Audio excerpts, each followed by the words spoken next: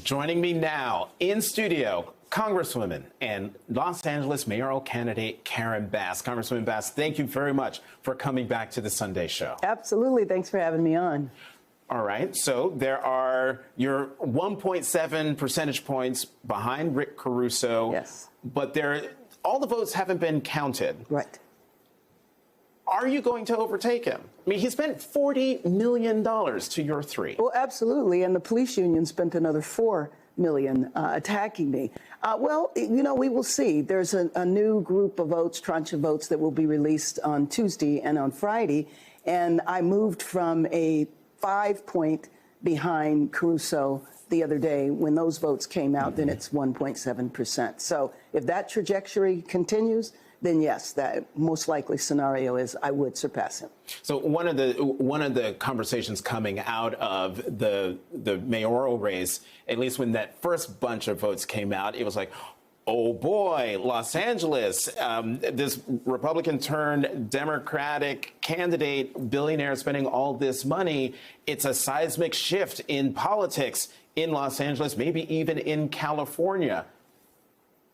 Your view on that narrative, because it got out there and exactly. It's kind of sticking. Exactly, and I don't think that's the case at all. I mean, we will see. If you look at the Democratic field, and by the way, everybody running was a Democrat, but if you look at the candidates that didn't make it, you add their votes together, they were well, they're different than me, but if you add those votes together, those votes are more likely coming my way. Mm-hmm. That shows that L.A. is still a very liberal Democratic city. Now, I jumped in this race because I'm so concerned about the crises that we have in our city, and I don't want to see Los Angeles go in a conservative direction, to go back in the past and to bring back failed strategies to address a problem like homelessness. We need to address it from a comprehensive perspective, and just moving people off the street and either sending them to jail or moving them from one neighborhood to another does not solve the problem. One of the things you said, in addition to your concern about the homelessness crisis here in the city that you say you want to solve, you also said you are also concerned about the level of anger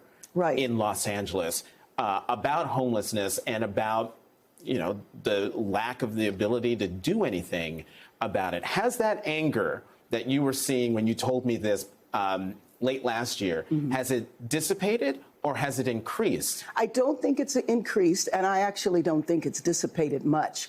But, you know, people in the city are overwhelmed because you see folks who are unhoused all over the place. You see people who are clearly, profoundly mentally ill on the streets, unable to take care of themselves. And we know that multiple people die every day. So there's that. There's also the increase in crime. Sometimes there's a conflation between the two, as though they're the same problem, and they're not. But it's the time that it's important to bring people together in the city and to understand that we have to have a comprehensive solution. If we just try to address this, like I said, by moving people from one neighborhood to another, there are people in the city who say, I'm fed up, I really don't care what happens, just get them away from me. And that is the attitude that I'm concerned about, because I believe that leads to failed solutions that have been tried before. We know they don't work. But when the electorate gets in the mood they're in today, I do think that they could resurrect those failed strategies. Okay, so then you've mentioned the word several times, comprehensive, when it comes to dealing with homelessness. Yes.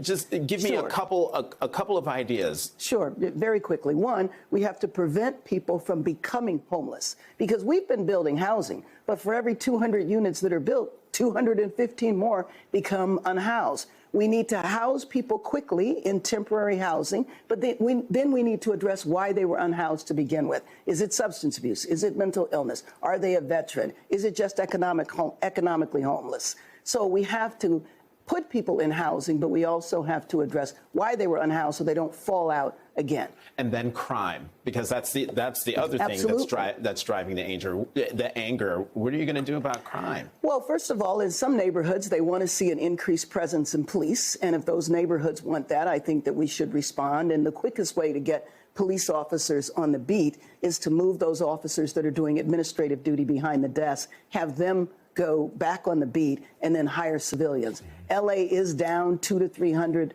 officers because of attrition. We need to replace those officers.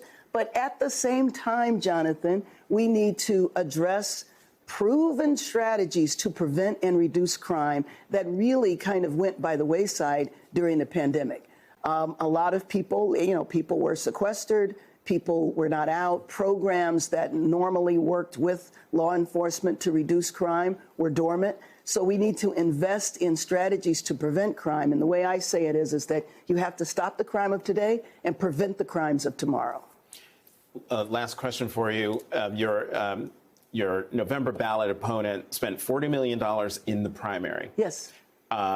He very well could spend that much in the general election.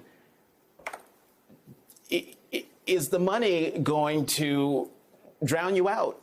Well, the money didn't drown me out this time. It didn't drown me out. You would have thought $40 million compared to $3 million that I would have been wiped out. Clearly, I was not. Clearly, I'm in contention. I do believe that in Los Angeles, Angelenos don't want to sell off City Hall.